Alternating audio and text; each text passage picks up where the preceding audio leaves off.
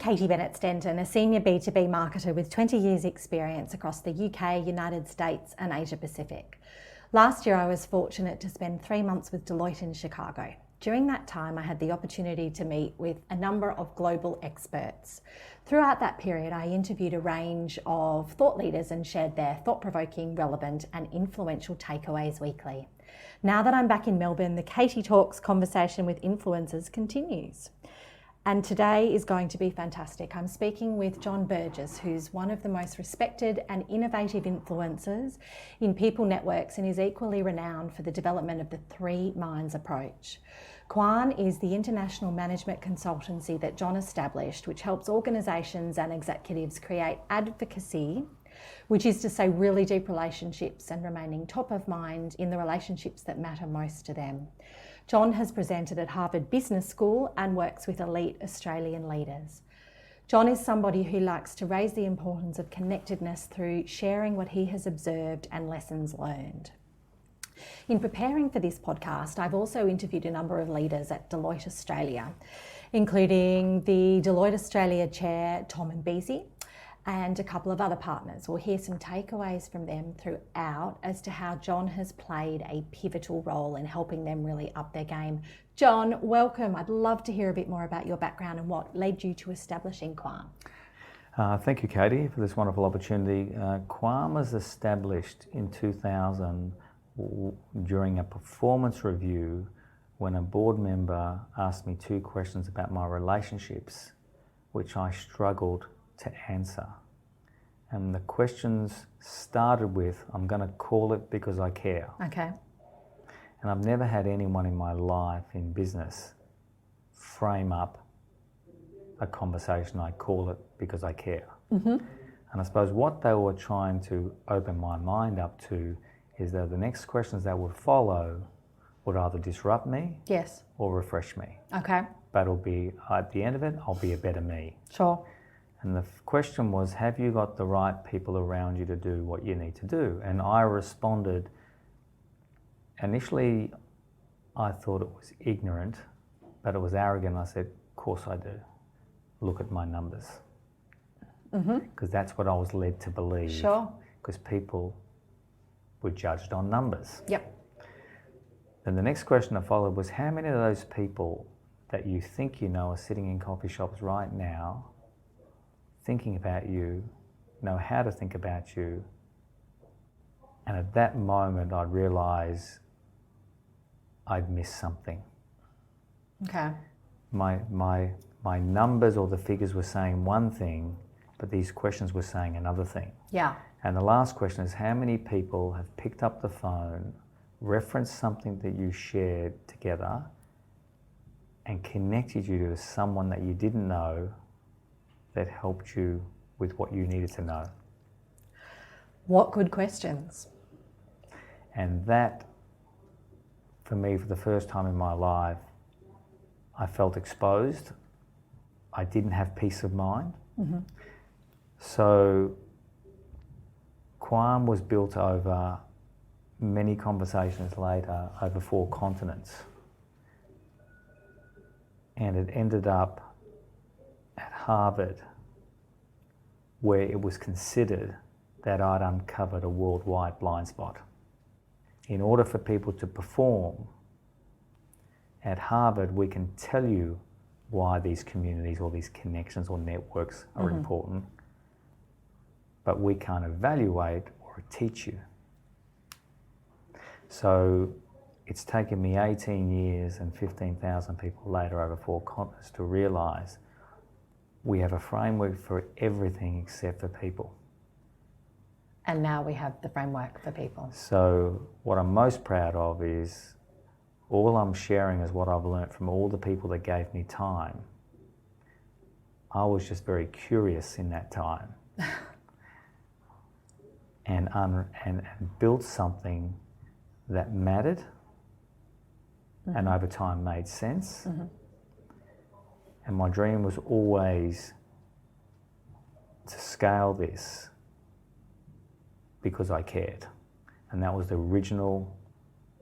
And the reason I say I'm scaling it because I care, because over the journey, I spend far too much time in coffee shops with people in transition who have lost their way, not because they don't care, not because they're not smart or capable, is they were led to believe they were more connected than they truly were.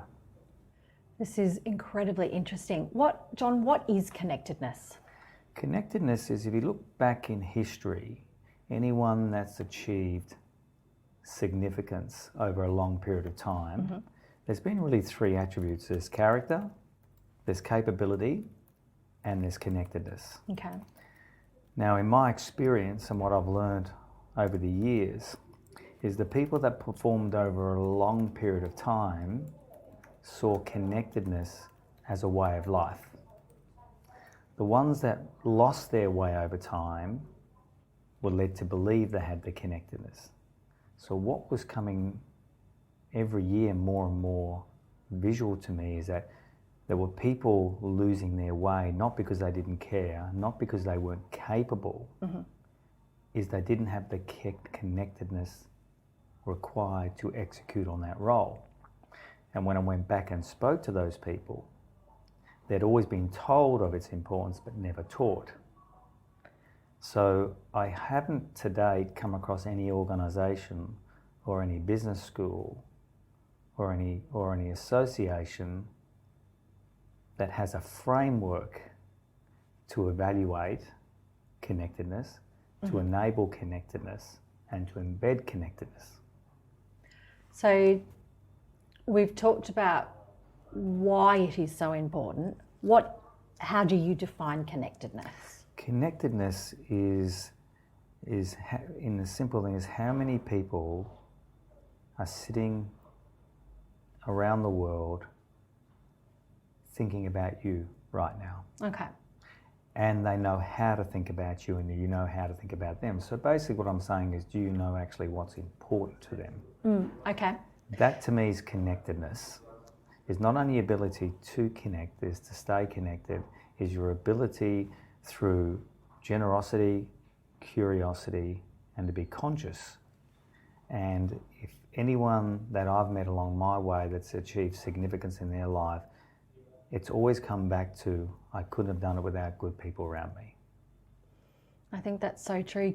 We have some fantastic examples from some of the senior leaders that I interviewed in preparing for today. But does an example, I'm sure you must have hundreds of them, does an example spring to mind that you could share just to further illustrate the point? Well, how it was framed to me when someone asked me the question, how many people are thinking about you?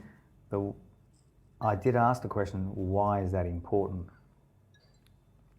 Okay. Because then the answer came when you won't see everything you need to see and you won't learn everything you need to learn.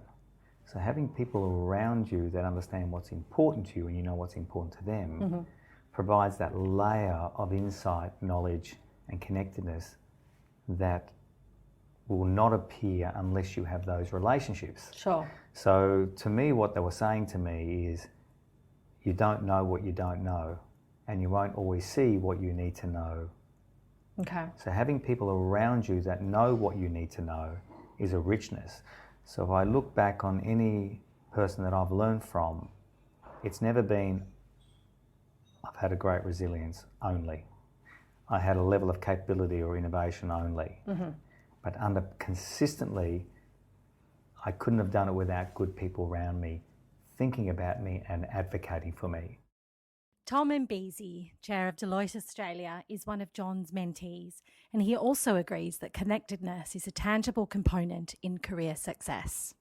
Look, it's in the chair role at Deloitte. I think the connectedness comes a lot easier because of the title. I would say it's more important to me in my external audit capacity, as a partner of the firm, as an auditor of the firm, in terms of having clients that you serve. I see every new client as an opportunity to forge a new relationship. So the more clients I can serve and support, the greater that my network can be. And that's my goal. When I do go out to a new client, and serve them, my opportunity is to build trust with someone in that organisation. Okay. And I'm disappointed if I can't. So, and they helped me. When we won the external audit of Incitec Pivot, it was a big call for Incitec to appoint Deloitte because they were an ASX 50, and we don't have a lot of ASX 50 external audits. Mm-hmm. And I knew that that was an issue for them. And in the pitch, we, articulated why they are of a size that we could serve and why we would serve them well. However, after that, the CFO called me and said, you guys have presented exceptionally well, but there is still a question mark. Tom, we're going to go out to the marketplace and we're going to ask people what they think of you. Mm-hmm. So he was quite transparent about that. And that's where, fortunately, those that they connected knew me and were able to reference me. And that took one element of doubt out of their decision-making, which, along with all the other things we did as a team, enabled them to appoint us. Today, there is no organisation in the world that can determine someone's connectedness, but we can determine someone's character through psychometric testing. We can determine someone's capability through intuitiveness, but underpinning anyone that's achieved significance is connectedness. But today, there is no organisation, so that's where my journey started, and it continues. I built an algorithm. My organisation built an algorithm to provide a base level of understanding to an individual and organisation. So give you a clearer lens on whether someone had the connectedness to execute on that role. Because most people who lost their way wasn't because they didn't care, and it wasn't because they weren't capable. Yes. Is they didn't have the connectedness required or the capability to build the connectedness. That was a single thing, or the consciousness of its importance. So connectedness, in order for you to perform your job on a daily basis, is you're going to have to reach out for help. Sure. Now, when you reach out for help for the same people asking for the same stuff and not responding in kind, it starts fracturing a relationship. Yeah, absolutely. So to me, all I wanted to do was to build an authentic framework to raise an individual's consciousness and see curiosity as a competency, not a soft skill, to build the connectedness.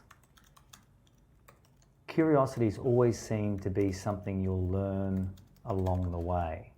Well, 40 years ago, you had 10-year business plans. You did.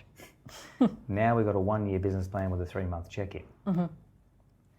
So I think it's either going to come down to the individual or the organisation to first be aware of its importance, because the inevitable will happen. One day, you and me will want to wake up and be someone and do something, and we won't be able to do that, not because we don't care or we're not capable, is we don't know who to reach out to, and we haven't been reaching out to people along the journey because we've been told how but never taught how. So I built the first framework to raise someone's consciousness using curiosity as a competency to build the connectedness required. It seems pretty ironic that it's taken me nearly 18 years of my life to build a framework to get people to care and to think about each other. It's so interesting. I jotted down curiosity as a competency, not a soft skill, because I think that's a little bit of a profound statement. I mean, in some ways it's so simple, and yet, I mean, you're absolutely right. You know, we're at university or at most professional development courses, they focus on the technical skills, not having that curiosity. And one of the things that I think I've come to appreciate over the last 4 or 5 years is that asking for help is not a sign of weakness. You know, I had this, I mean, probably tied up in a bit of imposter syndrome, this feeling that that I should be able to know everything about my role, and, you know, I shouldn't need to ask for help, and that would reflect poorly upon me if I did. And I saw a meme on LinkedIn recently that said, you know, asking for help or guidance is my superpower. And I can think of almost no example where I've asked someone for help and they've not been really happy to sit down and, you know, help me upskill or get my head around something that I need to know that I haven't understood. Yeah, I think where LinkedIn's intention was to build an online collaborative community. I think my only thought on that is there's no rules of engagement. Sure. Online. So traditionally, if you lead ruthlessly offline, you'll lead ruthlessly online. Yep. So what would have been great if LinkedIn have added to it and had a tutorial, and one of the leading themes could be giving without remembering and receiving without forgetting. And that could have just raised someone's consciousness in the moment. Yeah. And got them thinking about LinkedIn, which could have been a lot more of a positive experience. And so my question is, have you earned the right to ask for someone's help? Tom gives us some reflections on cultivating relationships. Tom, when we spoke last, one of the things that you mentioned that has been playing around in my mind since then is the fact that there's a bit of a misconception that building networks means being out for dinners or boozing and doing lots of out of hours networking or activities. And you had some really interesting thoughts around that. I'd love it if you could talk a little bit about that, please. Yeah, I think that there's two things that I think people get concerned about when they refer to networking. One is that it's a lot of cold calling and it's going to a lot of industry events and, you know, introducing yourself to people that you don't know and trying to hand across a business card. It's far from that. And the other is that somehow it involves selling. Yes. And people really get anxious about that because they don't see themselves as salespeople.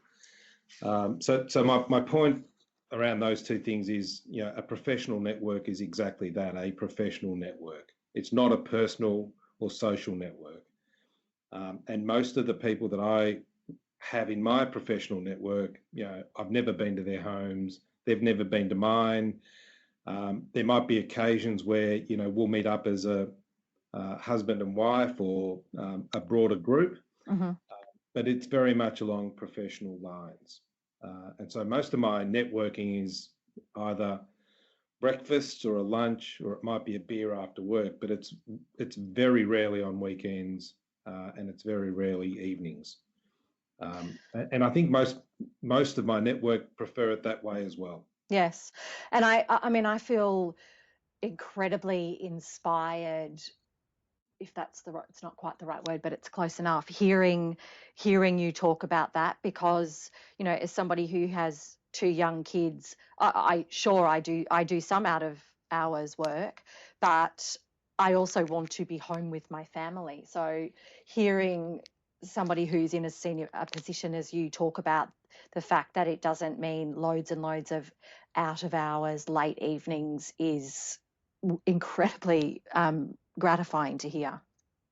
Yeah, I think those days have gone. I don't think professionals, we all share the same desire to go home and spend the right balance of family and work. So I don't think there's any concern with that. I think that what I would say to you is that, you know, if I give you an example, one of my close professional networks is a guy called Frank Fume. Frank and I connected, you know, when I was, even before I was a partner, and Frank has, you know, through his career has been CFO for a number of corporates. Now, the last count, you know, we've secured 5 audits, external audits with Frank in his various roles.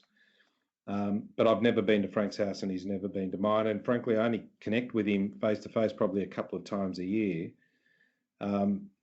But, you know, whenever there is work that he needs, he will call me and he will use Deloitte because he sees me as someone that he can trust, that we've built a relationship over, and that I've delivered for him over a long period of time. So he will start with Deloitte because of that. but it is not a personal relationship. Although I'm, very fond of the guy and enjoy his company, we don't catch up after hours or on weekends. Well, and that's, what a strong relationship that you can pinpoint 5 audits. Yeah, I think the other point I'd say is that with Frank, the times that I've been most value to him is when he hasn't been a client of the firm. And there are times where he's been in between jobs and looking for roles that, I'll stay closer to him during those periods. I genuinely want to help him. And I do things like suggest businesses that might align with his skill set. I review his CV. I'll talk to him about how he might be looking to undertake an interview for a job and work and help him in those areas. So I connect with him more during periods where he's not a client than when he is a client. And I think he values that. And that's what I mean by a mutually beneficial relationship. He sees me supporting him, and in turn, where there are opportunities to do so, he'll seek to support me.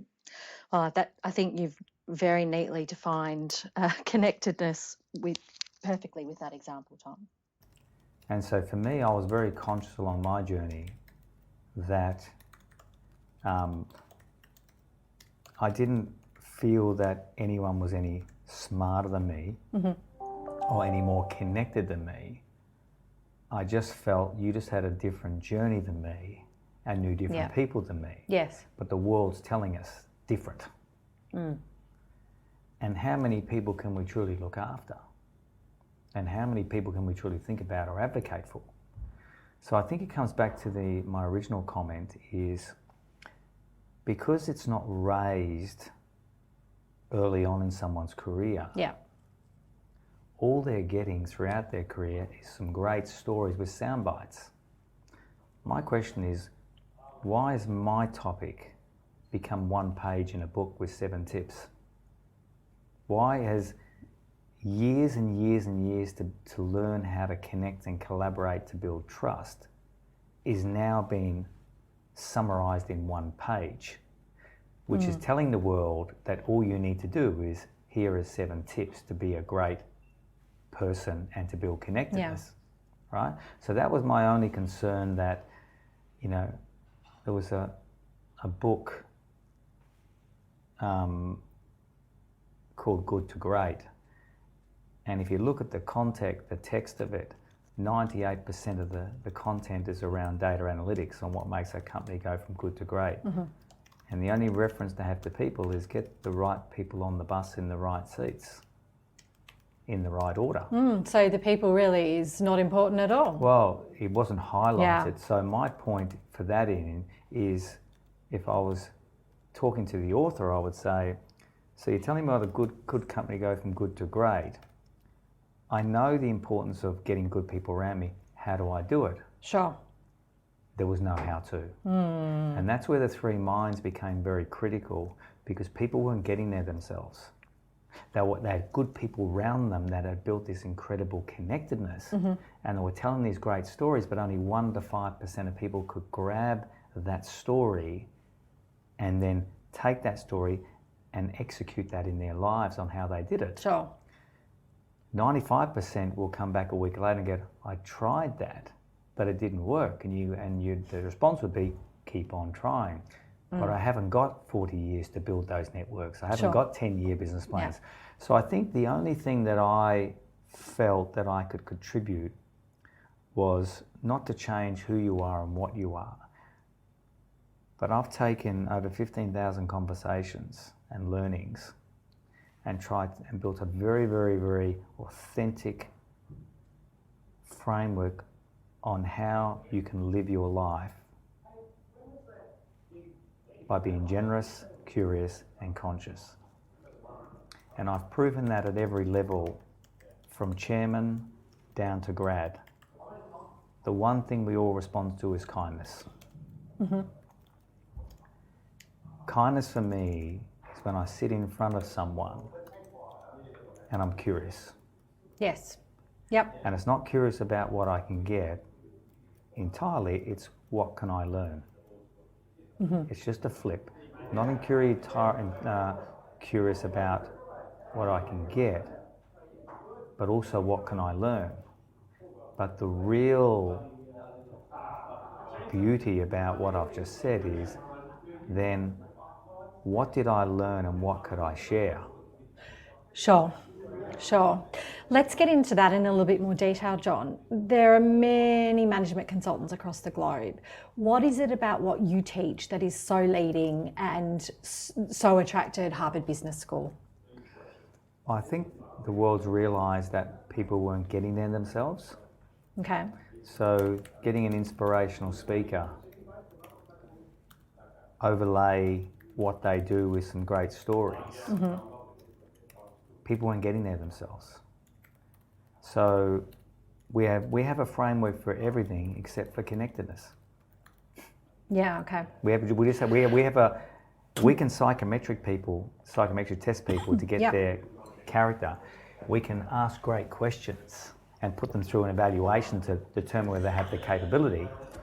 But the connectedness is left up to the individual to navigate. And with the pressure of organisations place on numbers and scores, people are spending more time on task than on people. So for me, I hope what I've built is starting to raise someone's consciousness of its in the people component, that at some stage you're going to have to reach out for help. Sure.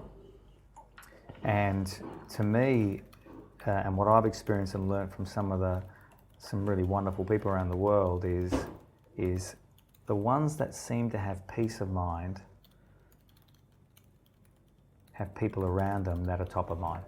Because that's what, when you go into a year, knowing that you've got the stamina, you've got the smarts, but need to get smarter. But you've also got this layer of good people that you've selected. You know who they are, you know why they're important, and you both know what's important to each other, and you're prepared to help each other by thinking and advocating for each other. That gives me peace of mind. And also the fact that you've gone through that process of thinking about who those people are. I mean, there's so much in having thought about that process that means that it's strategic and that you're thinking about it. 100%. I think it was a very sad moment in 2000 when what my life had become was derailed by someone saying, I'm going to call it because I care.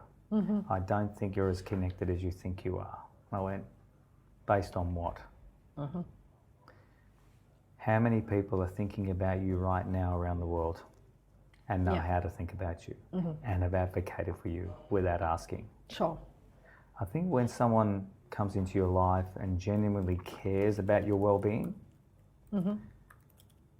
and sees something that they know is important and they call it because they care, it's a beautiful place to be. Whether you're ready to learn that at that moment, that will depend on your frame of mind. Yeah. But it's taken me 18 years of my life to understand that in order to achieve success or significance, however you define your career, is you name one person in this world that has done anything significant without good people around them. And all I'm asking the world is, if you have got good people around you, how often have they thought about you? How often have they advocated for you? So it's a thing. I think at a global conference, I was asked a question: is if you had your time again, what would you have done differently? And I was this was quite defining moment for me, because I thought about it for about a minute before I answered, and I said, if I had my time again, I believe I spent far too much time trying to access people that I would never be able to meet to learn from. Okay. Then when I couldn't meet them face to face, then I went online to try and learn from them. Okay. But I forgot about the person across the table I was having a conversation with. Sure. So the person that was there, and then he responded by saying, well, I'm mentored by, he said, Richard Branson, and I've learnt so much from him. I said, fantastic. What have I shared with you today, and what has Richard Branson shared with you in your mentoring sessions that you haven't learned from someone you cared about? What was the answer? There was nothing.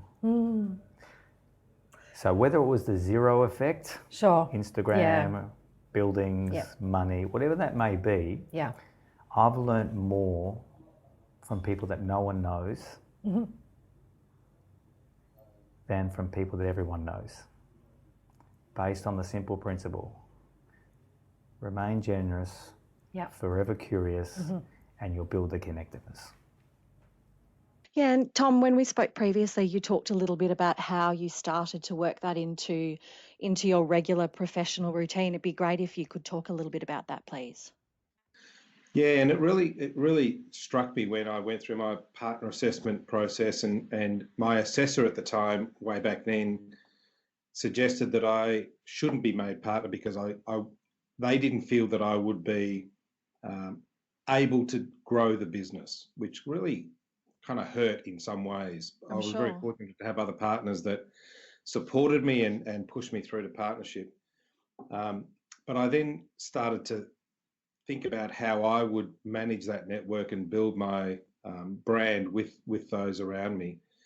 And for me, it wasn't first nature. So I sat down and actually worked out a spreadsheet of all the people that I felt connected to and wanted to stay connected with. And so it was a very formal process. And for some of those, I had planned to interact with quarterly. Others might have been monthly. Others were perhaps 6 monthly. And that network built from clients that I'd interacted with, that I was still active with. There might have been clients that are individuals that have moved on that I wanted to stay connected to, or it was alumni, people that I'd worked with within Deloitte that had left and gone out into industry, and I wanted to stay close to them. And so it was quite a formal process early on, and you would take people off if for whatever reason they went down a different path and they didn't see the benefit in connecting with you, and I wasn't offended by that. Sure. And I would add people onto it progressively over time. What I found over the years, though, is that it became first nature to me, and I didn't need the formal spreadsheets. I just actively, it became part of my to-do list every day. I haven't caught up with X for a while, I'll have a coffee. I haven't spoken to such and such for a while, I'll give them a call. It became part of my daily activity, and that's where I think it really starts to create a lot of value for you. If you were talking to a group of graduates, knowing what you know now about connectedness, what advice would you give them? Yeah, I think that the challenge when you're a grad is that you're so focused on the immediate and the transactional aspect of your work and getting your job done that you don't really value and understand the benefit of a network to you. My advice to them would be to reflect on that and to start as early as you can to build that network. And a lot of the times people will say to me, well, I'm just too busy and I've got so many things to do that I can't then add, building a network to what I do. And my advice to them is to think about how you build the network as part of what you do day to day. And the example I give is that we all have meetings with clients. Yes. And my advice to them is, instead of going to their office and sitting down for an hour with a formal agenda, suggest to them that they, why don't we catch up over a breakfast or over a beer, which, I often do. And I can ask all the things I need to ask on that formal agenda. Yeah. But then I've got the chance and the environment to say, and how are you going? Okay. Is there anything that I can do to help you in your role?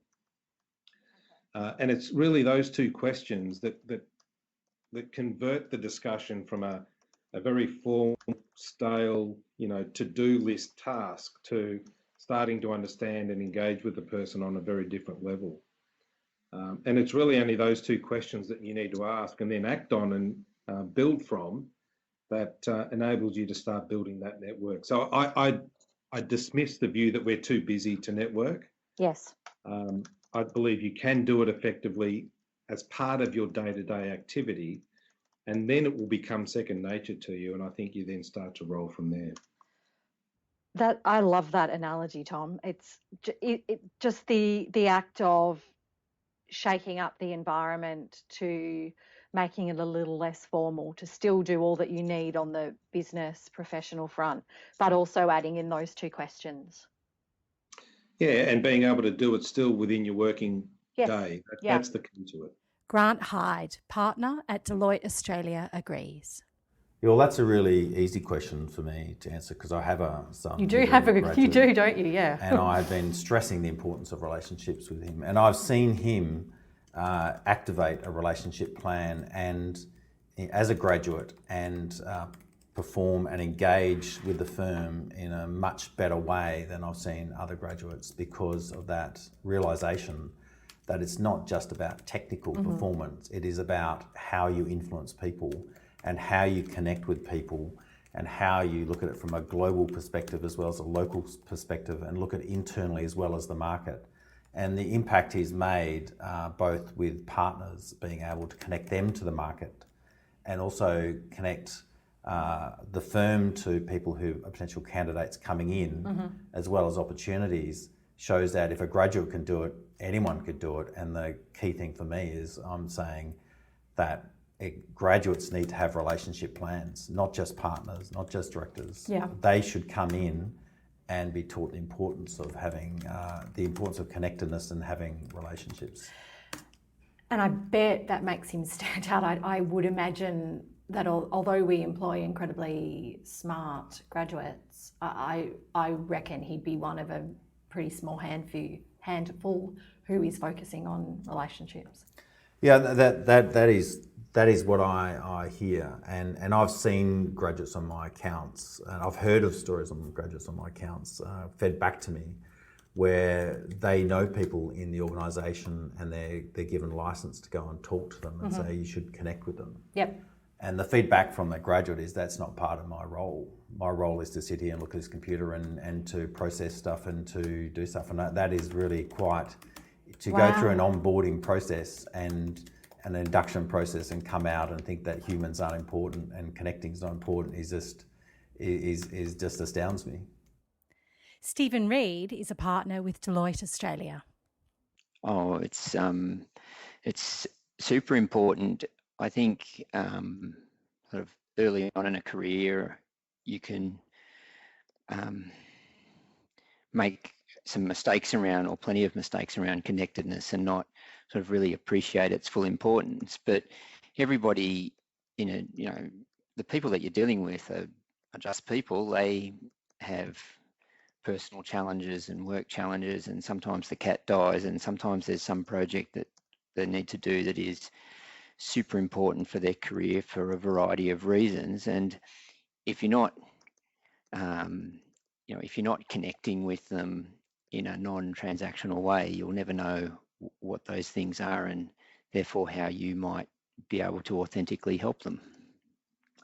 Thank you. And what are some of the ways that you connect with people on both in a professional, in your professional role, in both a professional and more personal way? So sort of bringing those two pieces together.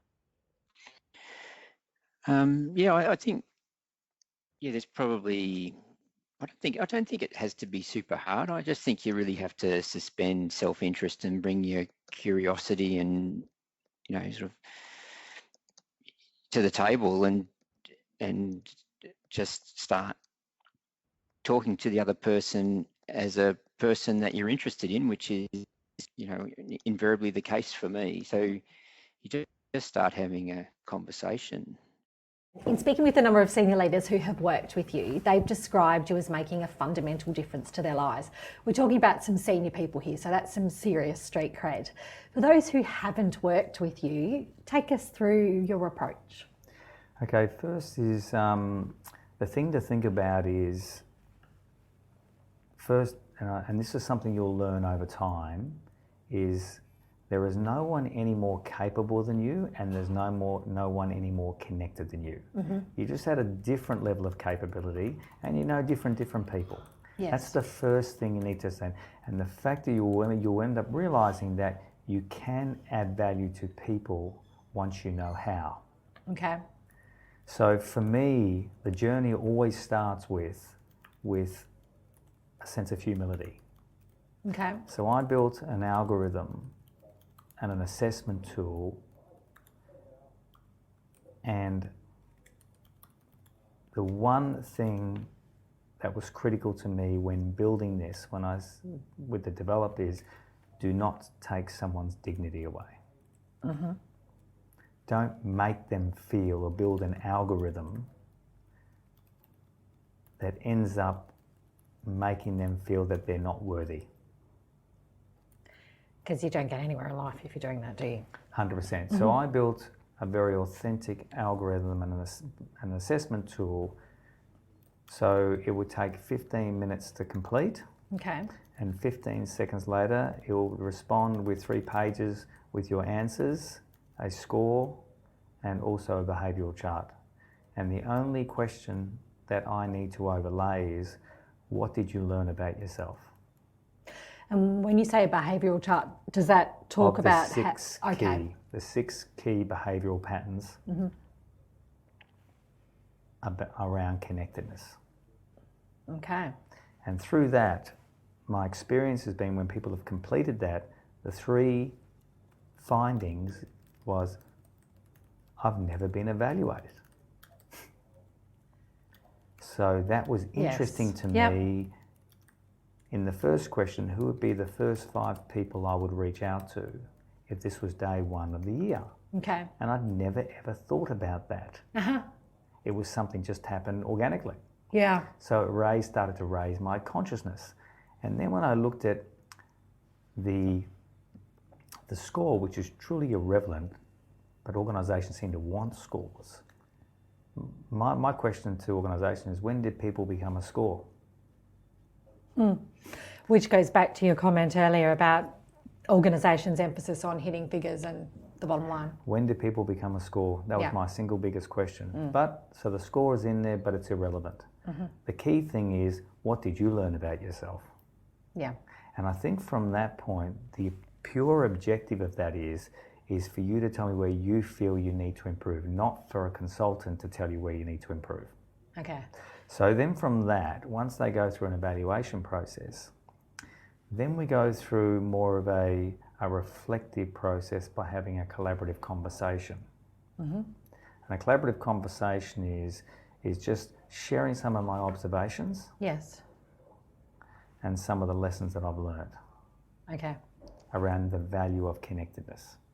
Mm-hmm. So observations on what I've observed in all my years, and then how other people have taught me things. So some of the lessons that I've learned from other people. Sure.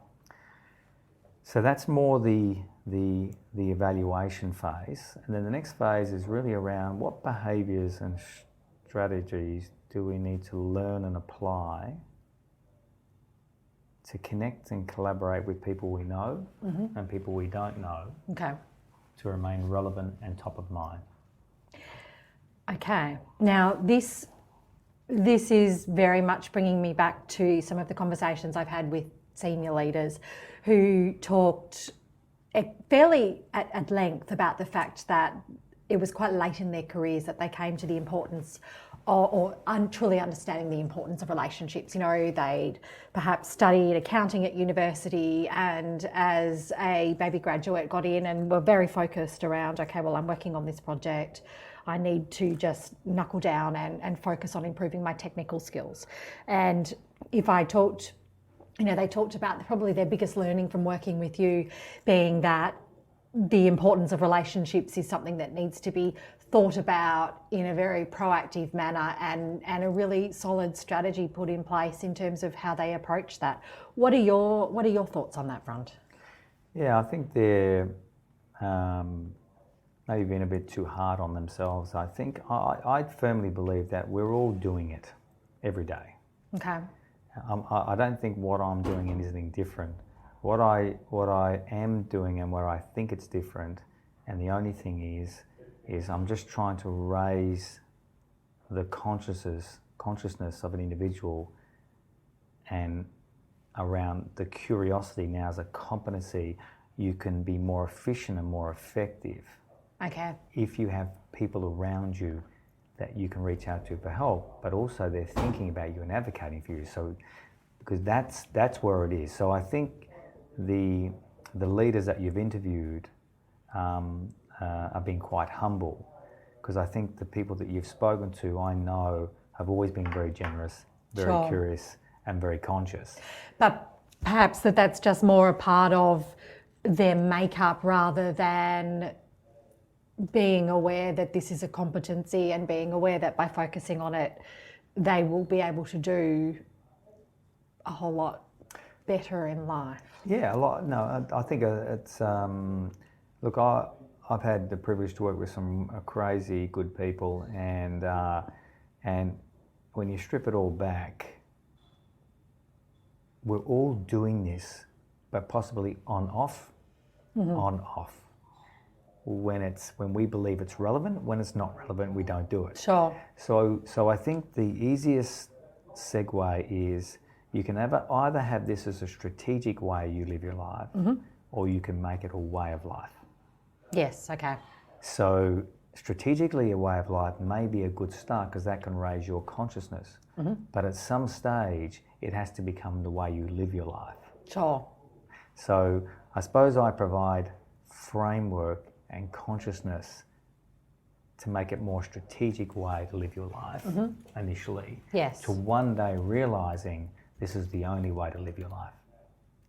Sure. And there were some interesting comments from people that initially they started as being very, very, very structured, very considered, sitting down at computer with spreadsheet, and over time it's just become organic and innate. And that's the way. That's the best way of doing it. This is to me. I was always taught it was all about generosity. Was the most important thing. Is that if you don't make time for people, so if you don't make time for people, then possibly in some occasions you're taking someone's dignity away. It's a big call. I learnt that from one of the lessons I learnt from a person that I've never met, but I've learnt so much from, was one of the world's most famous cricketers. And he walked into a store in Sydney wanting to buy a suit. And my friend who shared the story with me walked up to this particular person and said, "I'm sorry, I can't serve you. I'm with a customer. Okay. Can you wait 15 minutes? And he said, "Yes, I will." And half an hour later, Yes. she came back to him apologising profusely, and he said, "Why are you apologising?" And my friend said, "Because I kept you waiting." And he responded, "But you didn't take that customer's dignity away." So that totally reframed. So anyone that I gave time to, if I wasn't generous and curious, I just felt I was taking their dignity away. And there's two things that I've learnt from two of my board members is I will remember you on how you made me feel. Yes. The second thing is I don't care what you know until I know that you care. They were two defining statements with that experience of that famous cricketer that realised that for many years, unconsciously, with not being generous and curious and being selective on who I saw and who I helped, I was actually taking people's dignity away. It's an incredibly generous philosophy, Jon. Yeah, and I've proven it works at all levels. One of my first people that believed in me was one of Australia's most renowned entrepreneurs. And he always displayed this level of generosity and curiosity, and I didn't understand it initially. I didn't get it initially, but over the years, he was always someone that people thought about. Yes. And he always seemed to have peace of mind. He seemed to have these things that I was always searching for. And he would frame it up as, this is the right thing to do. Yeah. This is not Yeah, okay. a sales technique, or this is or something you read in a book. This is, how do you want to live your life? And so I think managing expectation, which is your personal aspirations and your commercial aspirations. Sure. There is some middle ground there. So I've proven over time that if I can raise someone's consciousness and using curiosity as a competency now to build the connectedness, you can have relationships with anyone, anytime. Because I base my relationships more so now on how often we think about each other more than how often we see each other. So I've proven at every level in business, from entrepreneur to executive to grad, Yes. that everyone responds to kindness. Underpinning kindness is generosity, curiosity, and consciousness. That's what kindness represents in my life. And I will look back every year and go, what did I learn last year? And how would I apply that to this year? Okay. But underpinning that, who matters? Everyone matters. Everyone's got a story, everyone has value. I've always believed that. The value may not be for me, but it could be for someone Sure. I care about Yes. or want to care about. So when you have that, it's a beautiful segue to live your life. Absolutely. So I sort of don't use this as a once a month or once a quarter. What I use this as a way to live my life. So in my operating rhythm, there's three things that I do every single day. I know there's a clue in every conversation.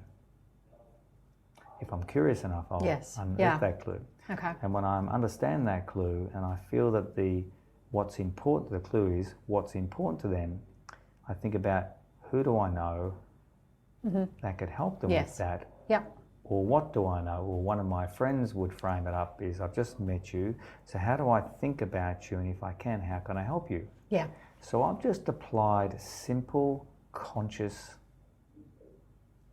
strategies to connect and collaborate with people I know and people I don't know, so I can remain relevant and top of mind.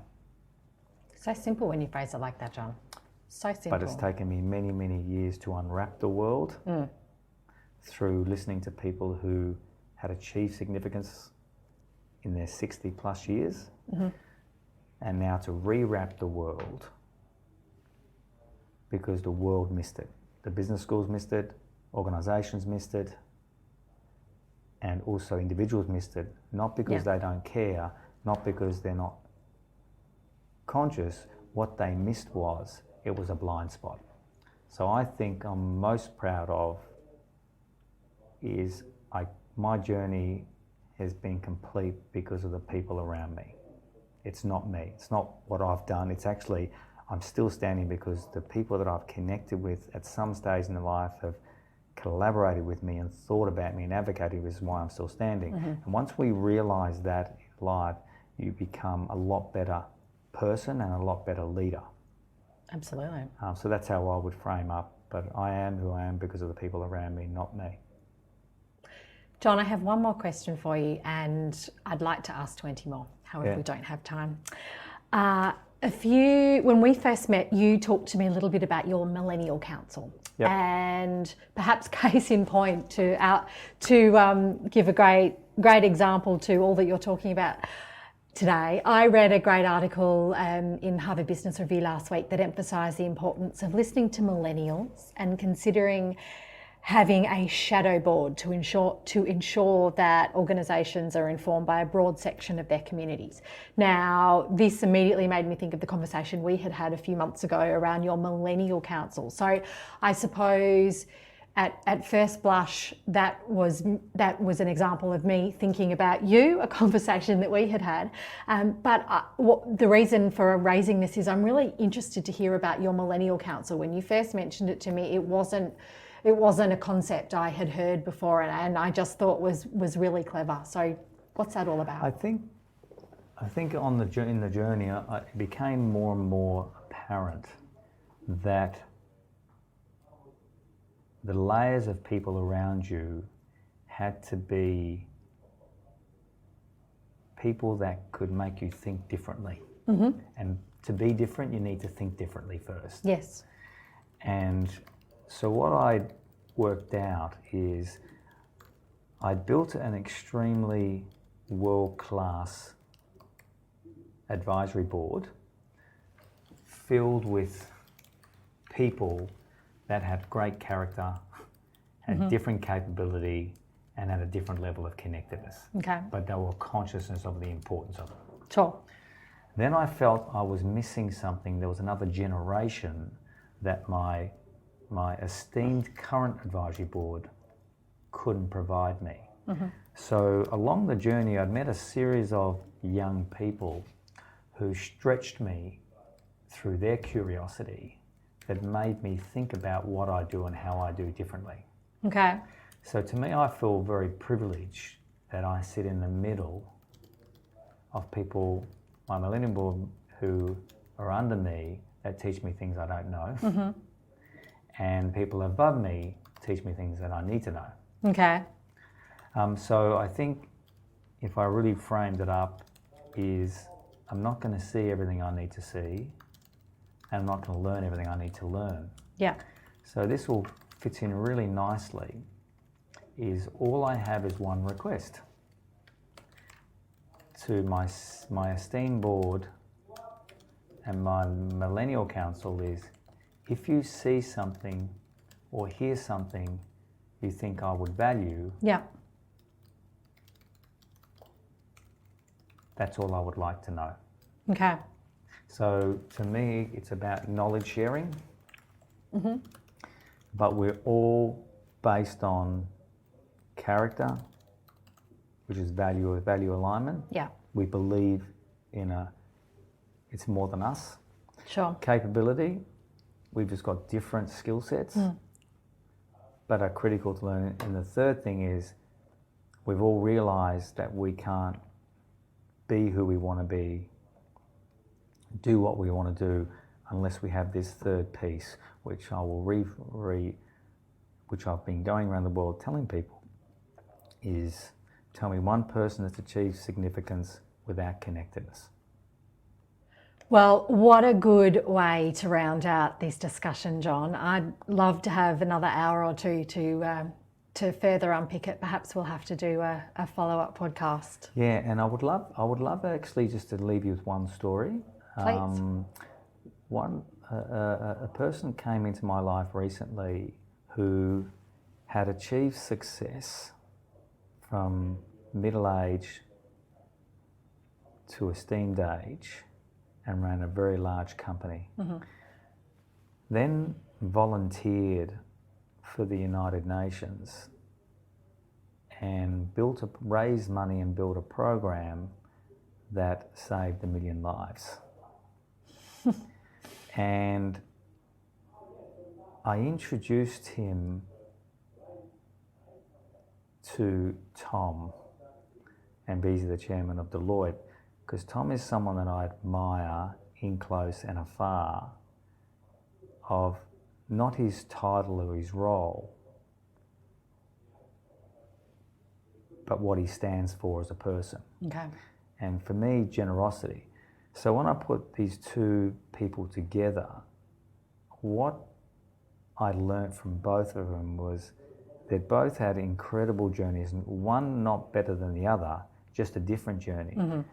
But the one thing Tom highlighted and I framed up was when this particular individual was invited to receive a global award and refused to accept it.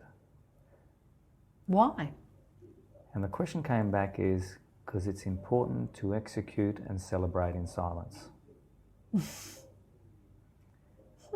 So by bringing two people together that I care about and I've learned from, I walked away with a lesson because I remain conscious in that moment that now has totally reframed my year. To execute and celebrate in silence. And I've been privileged that this particular individual has now joined my advisory board. Okay. which goes back to my initial saying is, you are who you are because of the people around you. Well, John, I think that's a great story, a fabulous way to round out a conversation, or continuing a conversation that you and I had, and I've found it to be really interesting as ever, really inspiring, thought-provoking, and I'm entirely confident that listeners will as well. So I'm really grateful for your time and generosity. Thank you so much, Katie. It was an absolute pleasure. Thank you. Thanks so much, John. Bye-bye. And thanks for listening to the Katie Talks podcast with me, Katie Bennett-Stenton. If you enjoyed this episode, please review me on iTunes to help others find this great content. I have some excellent thought leaders coming up in the series. Subscribe so you don't miss an episode. And I love feedback from listeners. You can find me at Katie B Marketing on Twitter or Katie Bennett-Stenton on LinkedIn.